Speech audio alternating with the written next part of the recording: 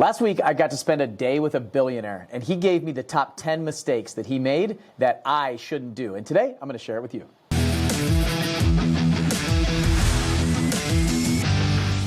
All right, last week I got to spend a day with Grant Cardone. He did a mastermind in San Diego, and I got to spend the entire day there. For 4 hours, he just poured information and knowledge to us, and honestly, I wasn't so sure about the guy when I went into the presentation in the event, but afterwards, I really, really liked him. His persona online and in social media and things like that is totally different than who he is in person. So he definitely won me over in that presentation. And so the last presentation he gave was the 10 biggest mistakes that he made in business and in life, frankly. And today I want to share them with you because I got a ton out of it. And I'm going to give my piece and what I think about each of these as we go along. So the first one that he shared was he's thinking too small. If you have read 10X, you know that he thinks big. But he was thinking too small in the very beginning. I think we all do. I think we all think too small when we get started in business. And as we grow, we need to continue to push ourselves to think bigger and surround ourselves with those that think bigger. So that was really cool being in that room last week. And everybody in there was thinking really big. And it allowed me to continue to think even bigger. Him talking about billions with a B got me thinking about hundreds of millions of dollars in my business.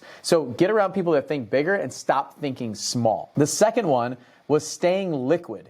He talked about how he would try to compile cash and accumulate cash. And he said they will go after it. Like people will go after your cash. So what he does now is he just like parks it in buildings and assets and different things like that so that they can't go after it. He's like, oh, that's fine. You want to sue me? Cool. Like I got this building with these 3 partners and I got this building with these 100 partners and I've got all this other stuff going on, but I don't have any liquid cash in my bank. And I'm the same way. I make active income each month, and what I do is I go park it in a syndication, or I buy assets. I really just try to I look at it like a hot potato. I don't want to have a bunch of cash in my bank. There were a lot of people there at that event that had a ton of cash in their bank account just then. So I saw the light bulb turn on, I saw the kind of bubble burst for them, and realized, oh my gosh, this cash is eroding. Like right now, with the inflation that's going on, your cash is eroding somewhere between 8-10% or even more right now.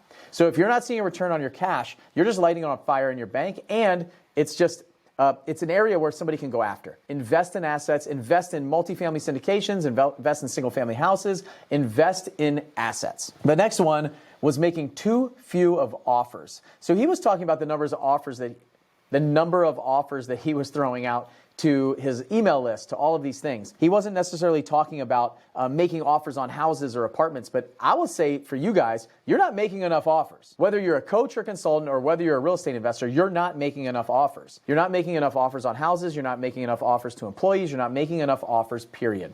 And that was a big aha for me. I just need to go out, make more offers all the time, and don't apologize for it. We sat down today on making offers on houses here locally where we're flipping houses again on our YouTube channel, right? And so I said to Blaze, we just got to make more offers. We got to make 30, 40 offers a week. We just went out and made offers on like 5 houses sitting here today for an hour. Number 3 was make too few offers. Number 4, he wasn't partnering with people. So he was trying to do everything himself. And I fell into that trap very early on in my career, and I did that for a long period of time. And now I'm starting to bring on partners. I'm bringing in other affiliates, people to work with, making friends, networking, doing those things, and getting out there more. And he said, if your partner isn't thinking big, like big enough, wrong partner. So find another partner who thinks as big as you and partner up and do things together. So he showed his entire Cardone Enterprises, everything that he has going on. It's like 20 different companies now. I see the same thing when I hear Tony Robbins talk, and a lot of other, Russell Brunson is doing the same thing in ClickFunnels. He's buying companies, building partnerships, all of these things, and figuring out how it all enters into his ecosystem. So it's really interesting to see Grant do that. I've seen Tony Robbins do it for a long time, and now Russell. The next one was saving money and not spending money. So he said money is useless. It's absolutely useless if it's not used. So just saving up money kind of goes back to staying liquid, but really just like saving money and not thinking of it like an asset. Like you can go invest in yourself, invest in your business. And also he talked a little bit about actually like enjoying your life. So spending the money on things that you really love to do. Maybe it's a vacation or celebrating something, a big win, and spending it. Not on just random things, but experiences and assets. The next one, number 6, not aggressively hiring people faster. You need to hire more people. So he said, I didn't aggressively hire people faster. And that was it for me. I tried to do everything on my own in the very beginning. I was flipping 1 house a year. When I started hiring people, that's when we were able to scale in 8 months doing 67 houses from 1 house the year before. And so aggressively hiring people. And what he also talked about is hire more people. So make more offers, hire more people, and bring them into the company, because you won't find good talent until you hire more people. So the first person that you hire, the second person, the next person, and able to be able to kind of accumulate really great talent inside of your company, you have to continue to hire. You have to hone that skill and hire more people. So what he said is, you need to hire more people to find the good ones. So just more. And that's kind of the first part, right? Thinking too small. Think big, continue to hire, continue to grow the company. Number 7 kind of went along with that. He kept people too long.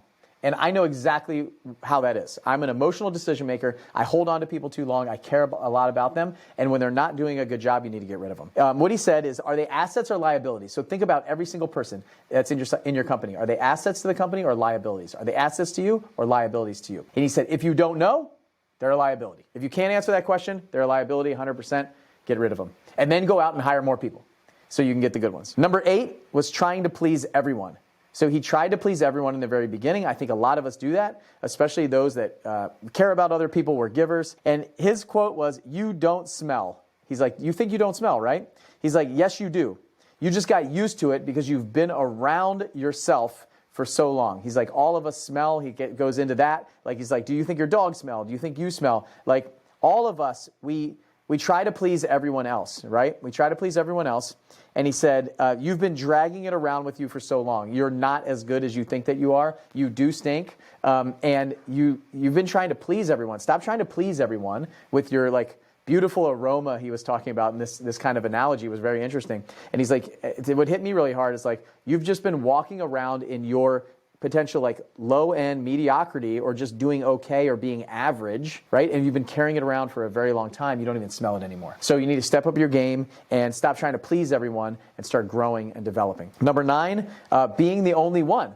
Like being the star inside the company, trying to be the one who knows everything. And I tell my team all the time, I want to continue to hire people that know more than me, that can think bigger than me, we can be in a conference room and they're not always looking at me for the answers. They're providing massive value in their area of expertise, which they're the best in the world at. And so being the star for too long and championing that and really enjoying being the know-it-all and the star of everything, he said that sky out there is so much better when it's full of stars. And I thought that was so cool. Let other people shine.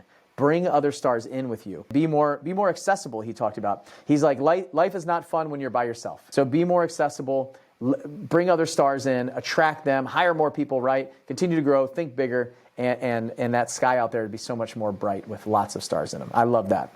And the last one, number 10, one vertical and one product line. That was one of his biggest mistakes, just having one vertical and one product line. So like I talked about, Cardone Enterprises now is going out there, building companies, partnering with other companies, taking 50-50 splits with other great business people. And he used the quote, "Stay in your lane." Like, have you ever heard "stay in your lane"? And just stay in your lane, right? And he's like, it's not a lane. We don't have a lane. He's like, it is a super highway out there, and I want to be in all the lanes. I want a piece of all of those lanes out there on that super highway. I want to go out there and just grow and grow and grow. And so he said, when there's a crisis going on, let's say there's a crisis, there's an earthquake, or any movie that you see where, I don't know, zombies are taking over and everything like that, right?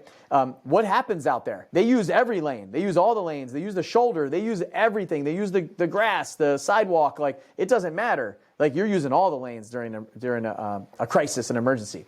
And right now, we are going into crisis mode. We're in crisis mode. We're moving into this recession. We are continuing to go forward into high inflation, the real estate market changing, the stock market changing, all this stuff. We are in crisis. You need to use all the lanes, not one lane. Don't stay in your lane. Use them all. And don't have one vertical or one product line. Figure out how to grow that, how to have other opportunities for people that come into your world. So, and for you in real estate, all of those things mean different things, right? Don't stop thinking small. Stop staying liquid and saving your cash for a rainy day or who knows when. Invest in assets. Stop making too few offers. Make more offers, right? Make more offers. Do partnerships. Figure out how you can partnership or JV or do different things with other people. Start spending some money. You got to invest in yourself. You got to invest in your business. What was working the last 3 years is not necessarily working anymore. You got to figure out how to get around people that know what's working. Aggressively hire people faster. Don't keep people so long, right? Don't try to please everybody. Do not try to please everyone. It's not going to work. Don't be the only star. Build people around you. Lift up other leaders. Praise people inside your organization, and don't have just one vertical or one product line. Those are the top 10 things that he taught me there as his mistakes, and I love them. I love every single one of them, and they're all things that I've either done, I've seen, or I need to do inside my business, and to come back to this and read it over and over and over again is going to be important. I hope it helped you. If it does, let me know. Just leave me a comment. Let me know if you guys enjoyed this, and I'll see you guys on the next one. Bye.